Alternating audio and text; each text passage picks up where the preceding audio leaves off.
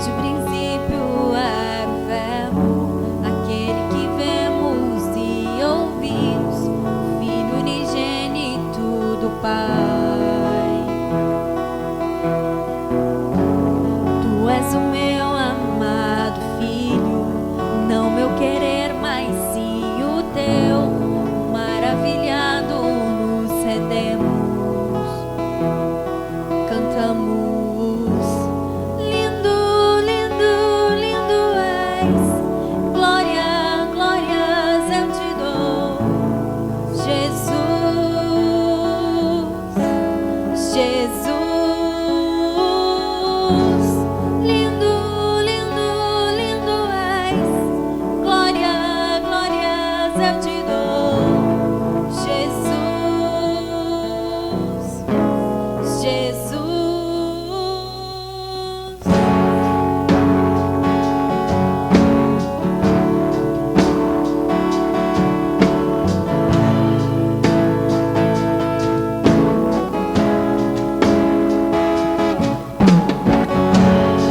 Pode crer, quem pode ouvir, o servo de todos é o Rei, mesmo desprezado nos amou.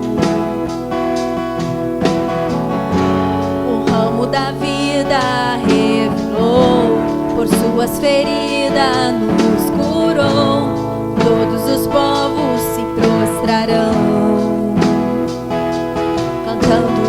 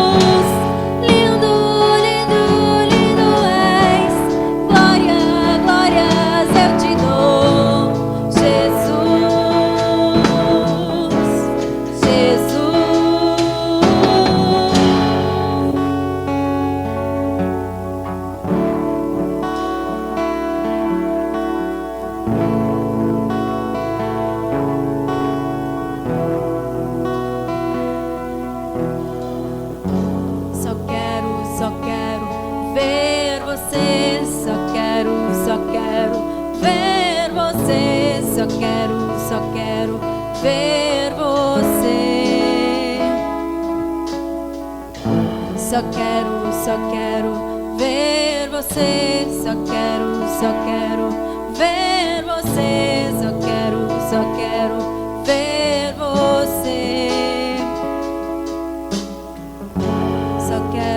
Só quero ver você, só quero ver você, só quero ver você.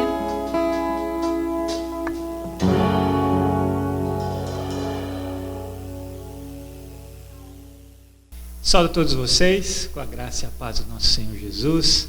Sejam bem-vindos a mais uma transmissão dos louvores ao Senhor e da pregação da sua palavra. Convido você a abrir comigo a sua Bíblia no Salmo de número 8. Eu farei a leitura do verso 1 e depois do versículo 3. Assim diz a palavra de Deus: Senhor, Senhor nosso, como é majestoso o teu nome em toda a terra. Tu, cuja glória é cantada nos céus. Verso 3: Quando contemplo os teus céus, obra dos teus dedos, a lua e as estrelas que lhe firmaste, pergunto: que é o homem para que com ele te importes? E o filho do homem para que com ele te preocupes? No finalzinho do verso 4, o salmista, contemplando a grandeza de Deus, a sua majestade, em contrapartida ele olha para o homem e faz essas perguntas: que é o homem para que com ele te importes?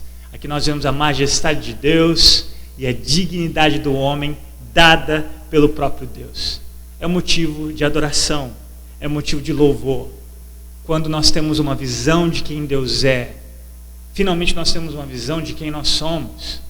E sem dúvida, comparando isso com o que Deus fez por nós em Cristo Jesus, temos muitos motivos de louvá-lo, de agradecê-lo, por tamanho amor, por tamanha graça.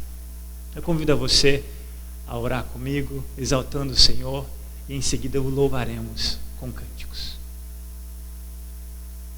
Pai, nós te agradecemos porque a natureza expressa a glória e a tua majestade. Mas não só a natureza, a tua palavra nos revela o teu coração.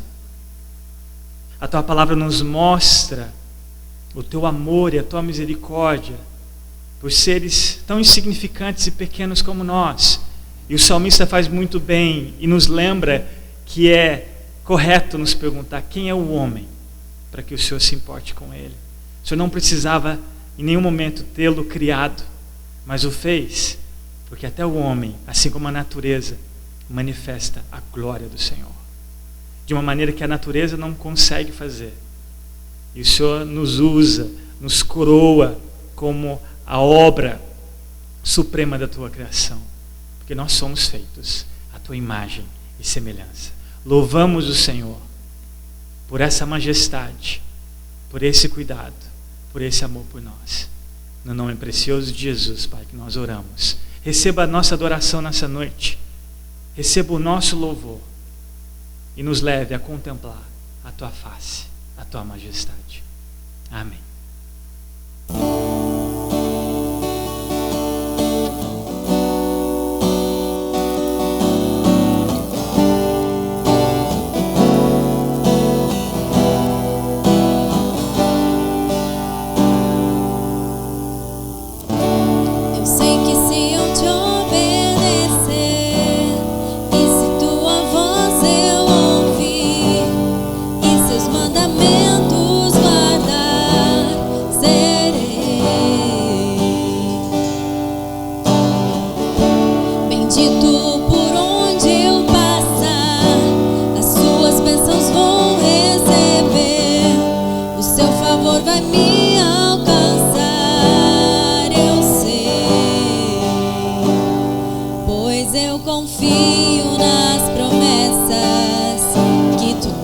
Pra mim, eu faço compromisso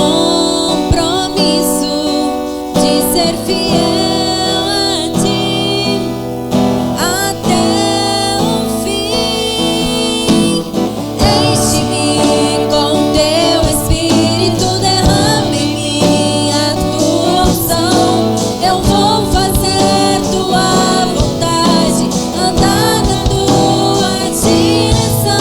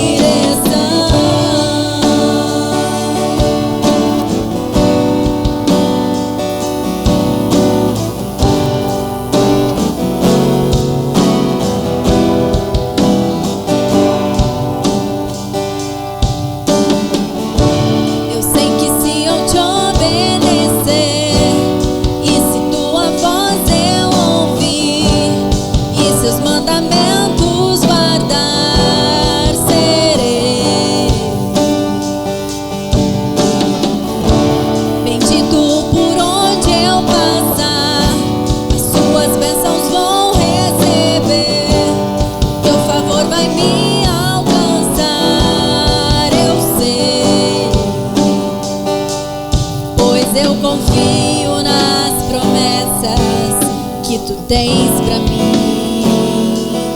Eu faço compromisso de ser fiel a ti até o fim.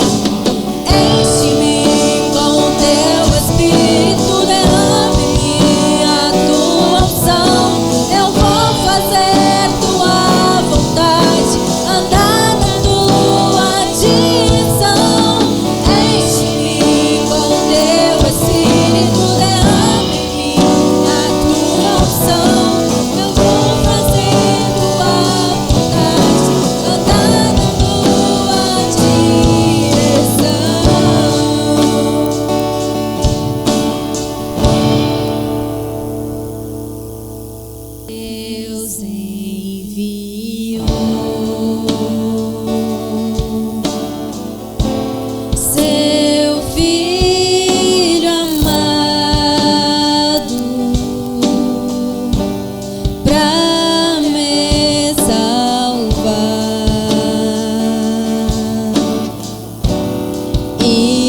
perdoar.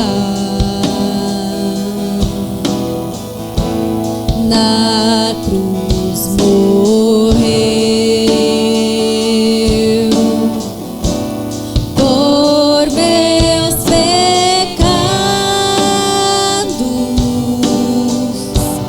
mas ressurgiu e vivo com o Pai está, porque Ele vive. Posso crer no amanhã, porque Ele vive. Temor não há, mas eu bem sei, eu sei que a minha vida está nas mãos do meu Jesus, que vive está. E quando enfim chegar a hora em que a morte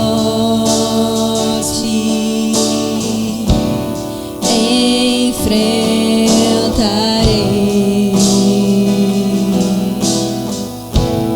sem medo então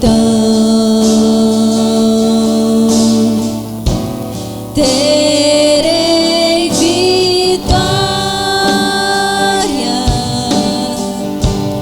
Irei à glória do meu Jesus, que vive está, porque Ele vive. Posso crer no amanhã, porque Ele vive. Temor não há, mas eu bem sei, eu sei que a minha vida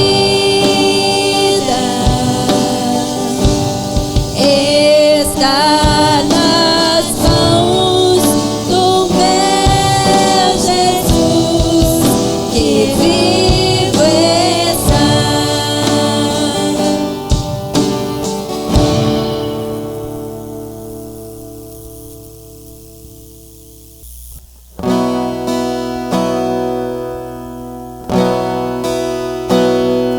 Pai nosso nos céus,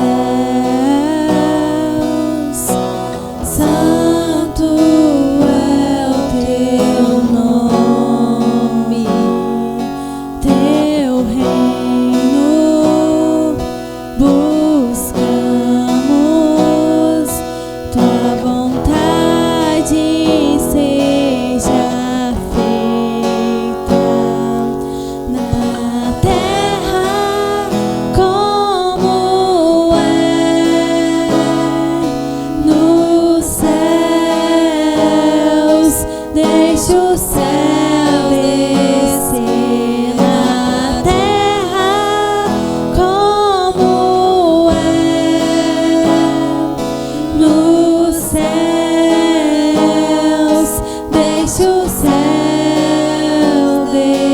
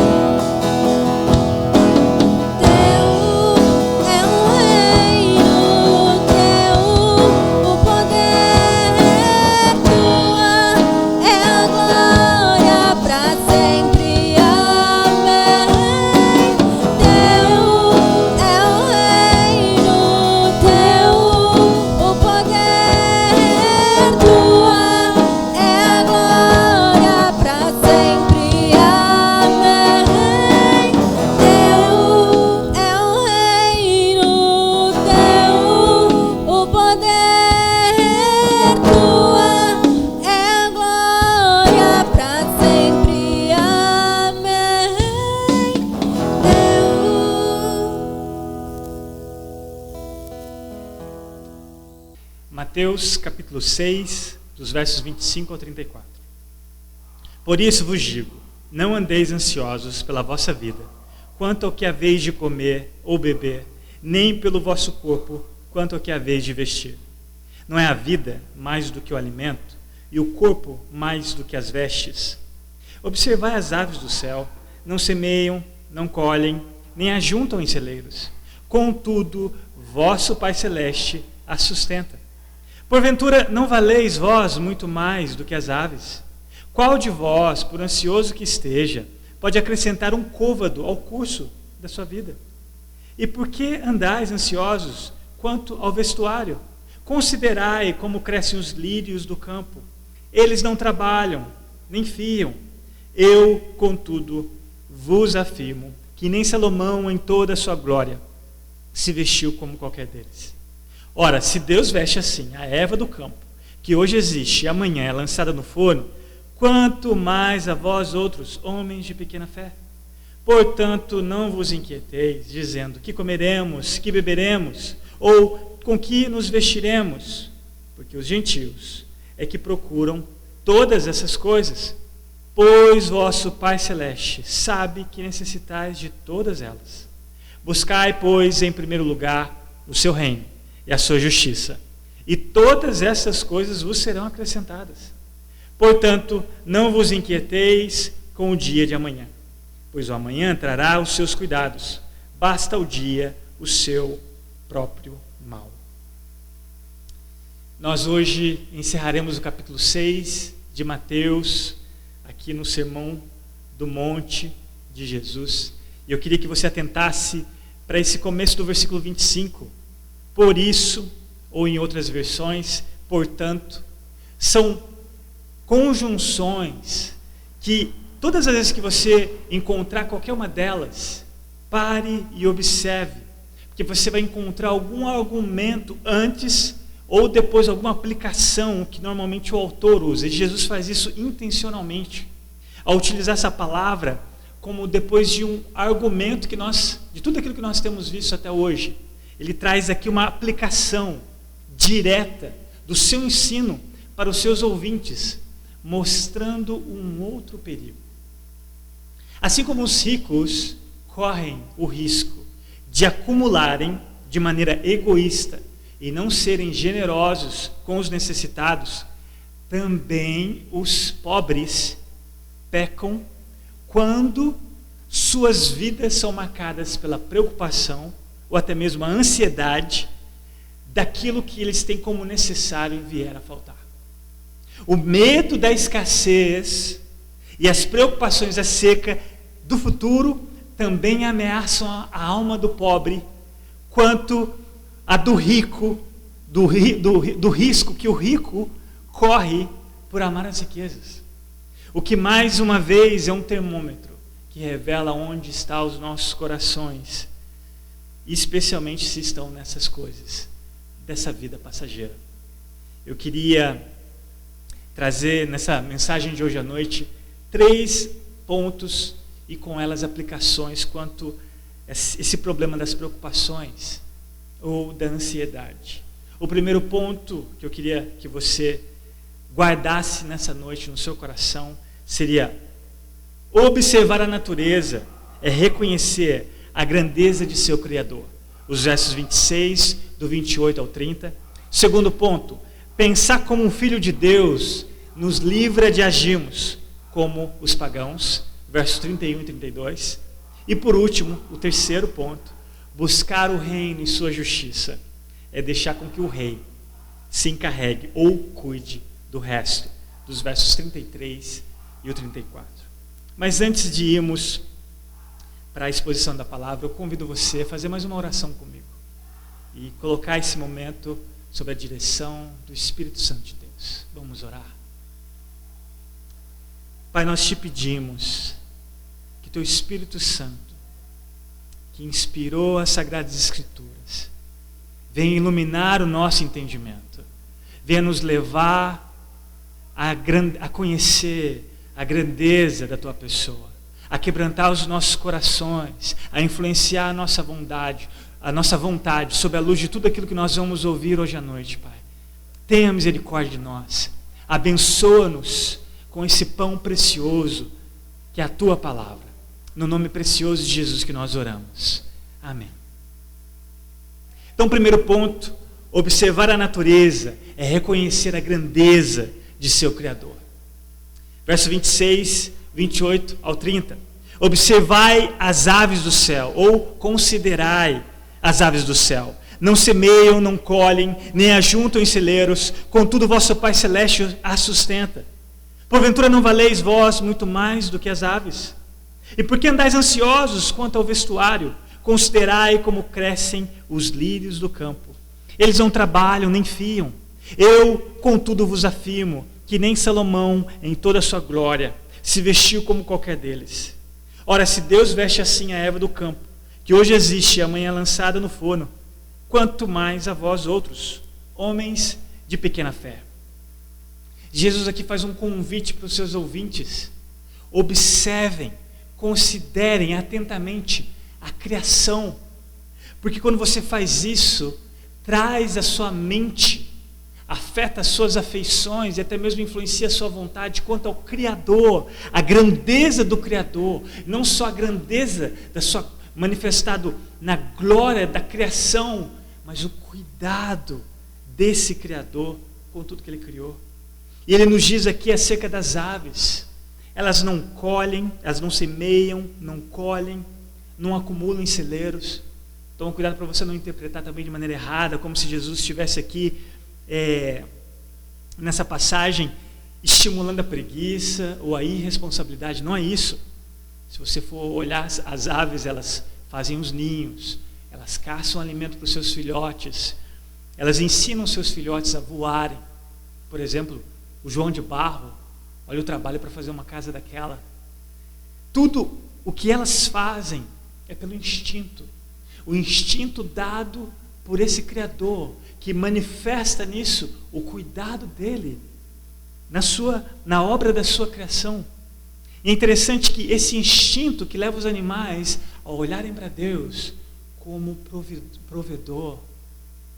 Jó 38, verso 41. Quem dá alimento aos corvos, quando os seus filhotes clamam a Deus e vagueiam por falta de comida? Salmo 147, verso 9 responde: Ele dá alimento aos animais e aos filhotes dos corvos quando gritam de fome. Mas os homens não agem por instinto. Se assim o fizessem, não pecavam. Mas eles são dotados de inteligência. O fato aqui é que eles plantam, colhem, guardam em celeiros.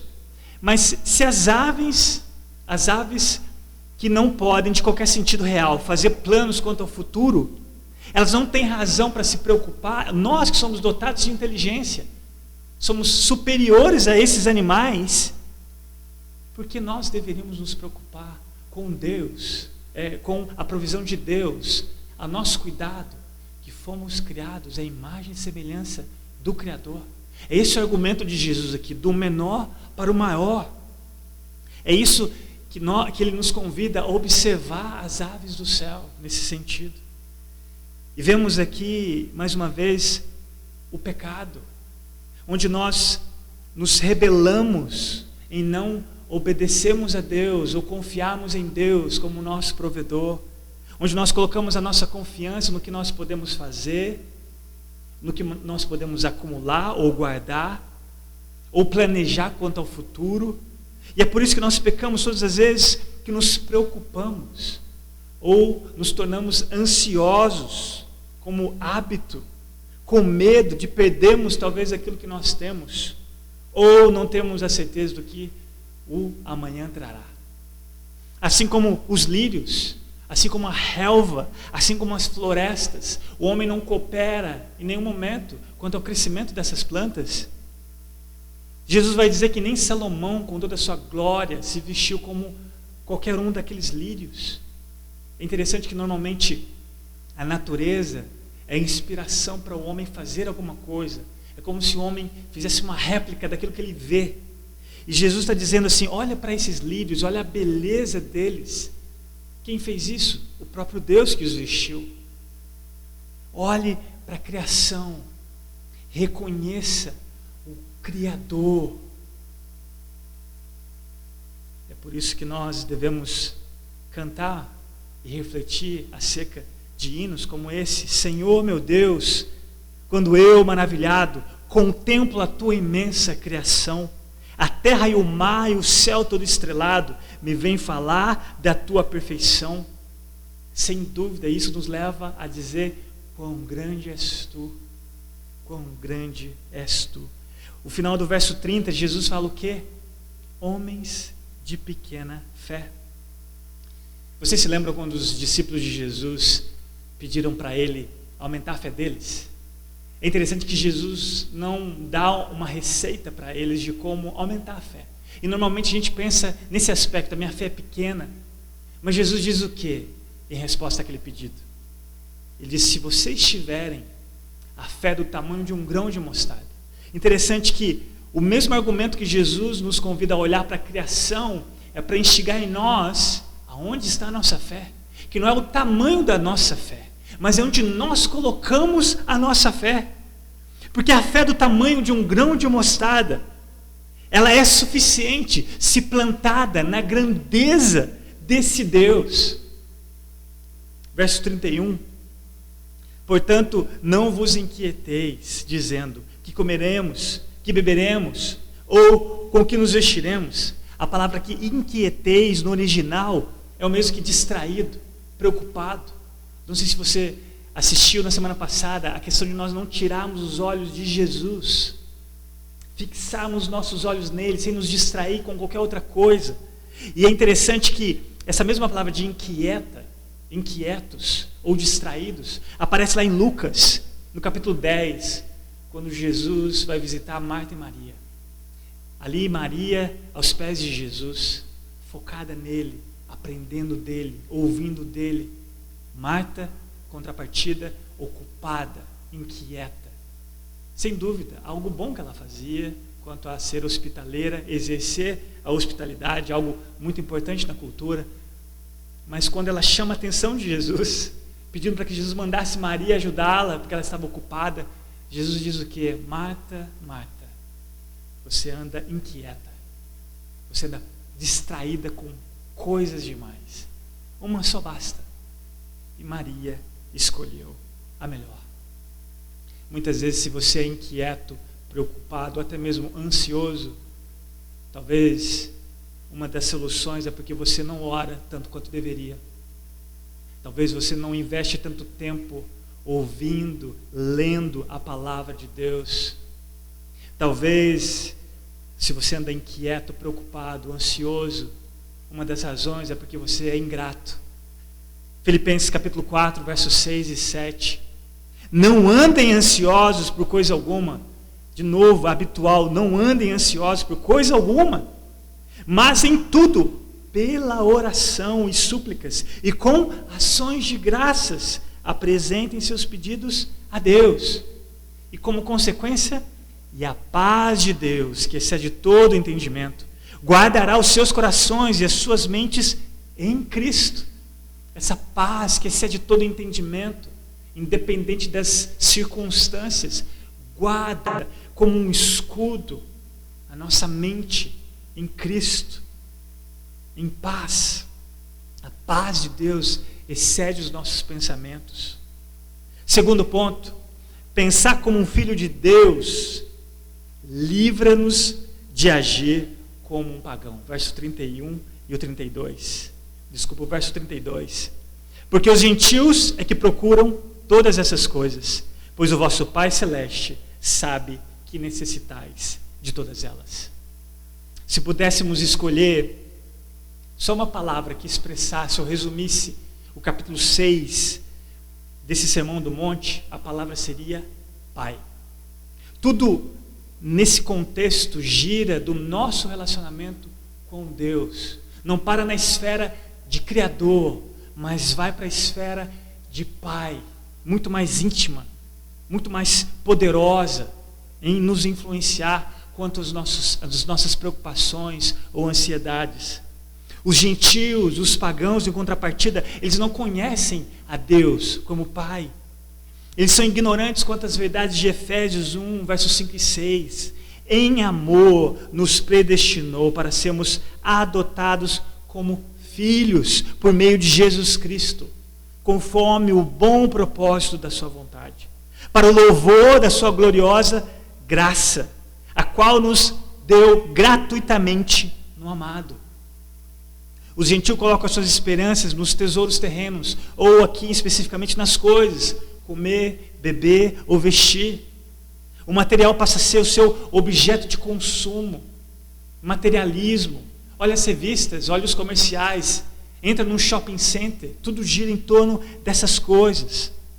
Note a linguagem de Jesus aqui, ele diz, como os pagãos procuram todas essas coisas. Eles não conhecem nada além disso. Nada além digno de ser alcançado. Mas o cristão, pelo contrário, busca o Senhor. Salmo 42, verso 1. Quão estúpido é buscarmos a dádiva, quando é possível, pela graça de Deus, buscarmos o doador. Efésios 4, 17. Assim eu lhes digo, e no Senhor insisto, que não vivam mais como os gentios, que vivem na futilidade dos seus pensamentos. Se você é filho, haja como filho, não viva mais como um gentio. Você não é mais o escravo do pecado, agora você é escravo de Cristo. E que privilégio é ter esse Senhor. Um Senhor, no contexto de escravidão, o escravo não se importa com o que comer, beber ou vestir, porque isso é problema do seu Senhor, que providencia tudo o que ele precisa. Mas não para nesse aspecto de escravo e Senhor, mas nesse aspecto de pai e filho. Talvez você que me assiste é pai ou mãe, mas sem dúvidas já foi criança. E hoje você não olha para os seus filhos esperando que eles tenham a noção, a ideia das responsabilidades que pesam sobre os seus ombros, quanto a providenciar a eles o que comer, o que beber, vestir. E é interessante que às vezes a gente entra numa nostalgia de querer voltar ao passado, onde você não se importava com nada disso, porque seus pais se encarregavam disso. Mas é interessante que esse é o nosso problema na fé. Muitas vezes nós queremos ser adultos independentes, assim como éramos criança e gostaríamos de atingir a idade adulta para sermos independentes. É interessante que esse é o contexto quando Jesus diz, se você não for como criança, você não é digno de entrar nesse reino. É nesse contexto, não imaturo na fé, mas você descansar em Deus como criança, como filho, em saber que o seu pai se encarrega de todas as responsabilidades que você não tem ideia de quais são. E agora, de novo, esse argumento de Jesus, do menor para o maior.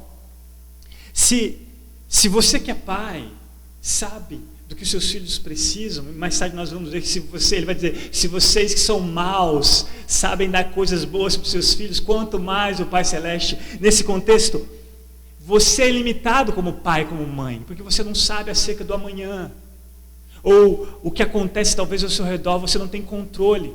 É por isso quando ele vai dizer em relação, nós não temos condição de acrescentar uma hora sequer, ou um côvado, ou um tamanho. Ali é como se você pensasse assim, eu quero crescer até certa altura. Você não tem condição disso. Ou se você olha no espelho e vê um fio de cabelo branco, se você ficar preocupado quanto a isso, você vai fazer com que ele volte à cor natural. Não, você não tem essa condição. Você também não tem a condição de, quando você fizer, por exemplo, 60 anos, falar, eu sou capaz de atingir até o 100º ano. Não, você não é capaz disso. Mas agora pensa acerca de Deus.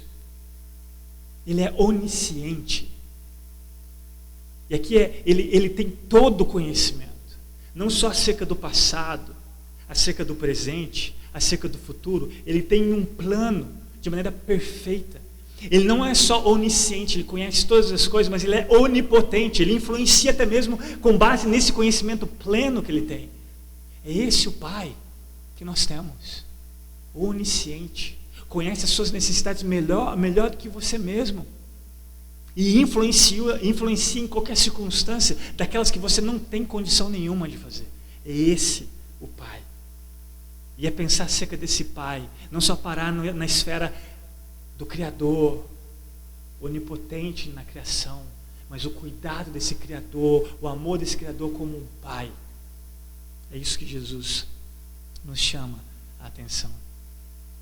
E isso, sem dúvidas, nos leva ao terceiro e último ponto. Buscar o reino e sua justiça é deixar com que o rei se encarregue ou cuide do resto. Versos 33 ao 34. Buscai, pois, em primeiro lugar o seu reino e a sua justiça, e todas essas coisas vos serão acrescentadas. Portanto, não vos inquieteis com o dia de amanhã, pois o amanhã trará os seus cuidados. Basta ao dia o seu próprio mal. Vivemos num mundo marcado pelo pecado.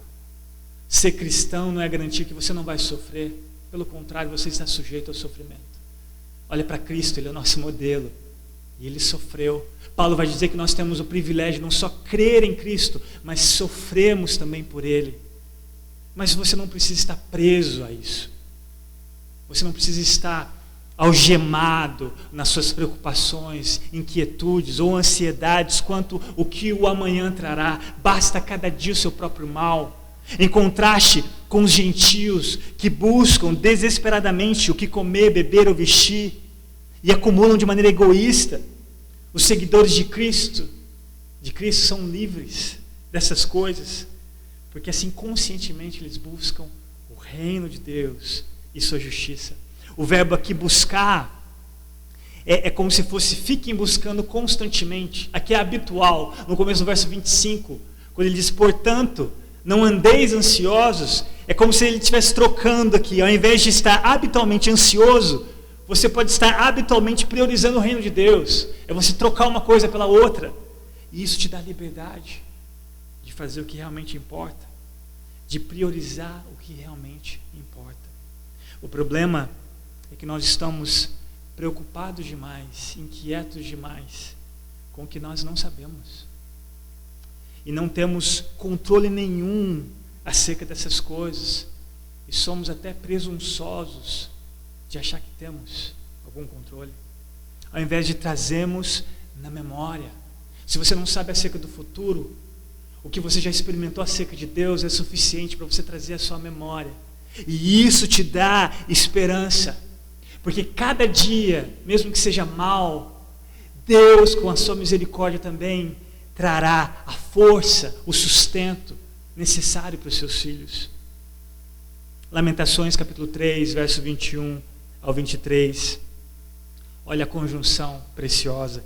Todavia, lembro-me também do que pode dar-me esperança. Graças ao grande amor do Senhor é que não somos consumidos, pois as suas misericórdias são inesgotáveis. Renovam-se cada manhã. Grande é a tua fidelidade. Vivemos em dias de grande ansiedade e incerteza. Não é de admirar se talvez você se pegue preocupado ou talvez ansioso, mas não justifica vivemos ansiosos ou preocupados se de fato, sob a luz de que cremos, sabemos que Deus é o nosso Pai, esse Deus Criador que sustenta toda a criação, também nos sustenta nas suas poderosas mãos, com ternura, porque grande é a sua fidelidade.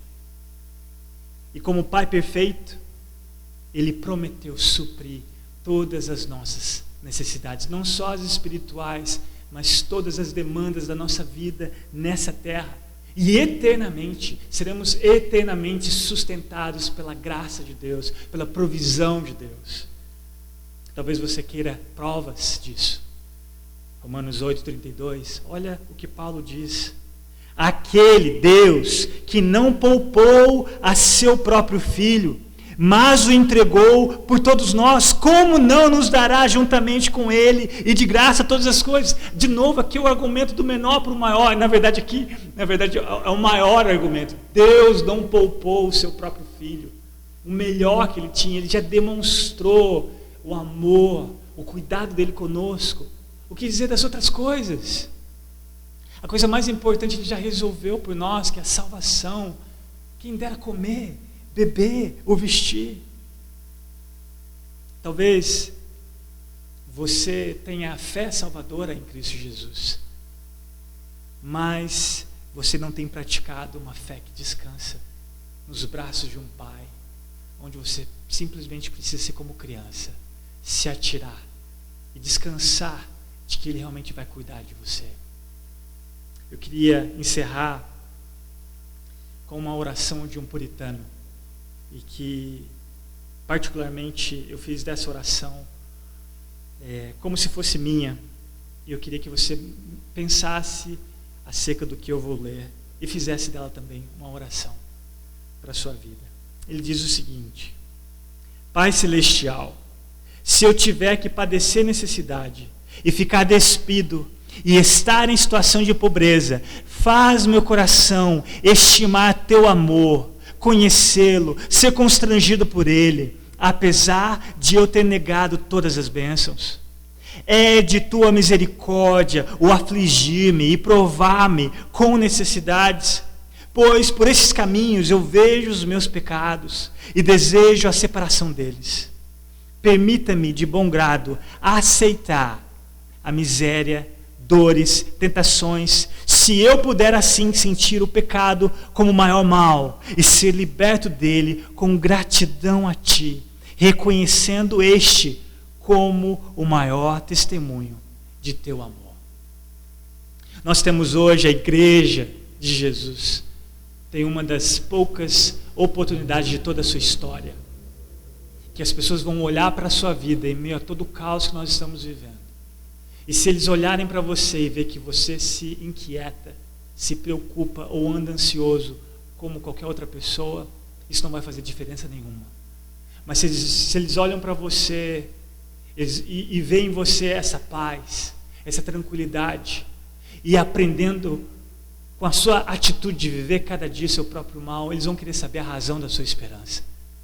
E o meu desejo é que você esteja apto, não só para responder a razão da sua esperança, mas que a sua vida seja prova disso, para que Deus realmente receba a glória, o louvor, e que eles possam, através da sua vida, conhecê-lo também como Pai e descansar nele, como você tem feito.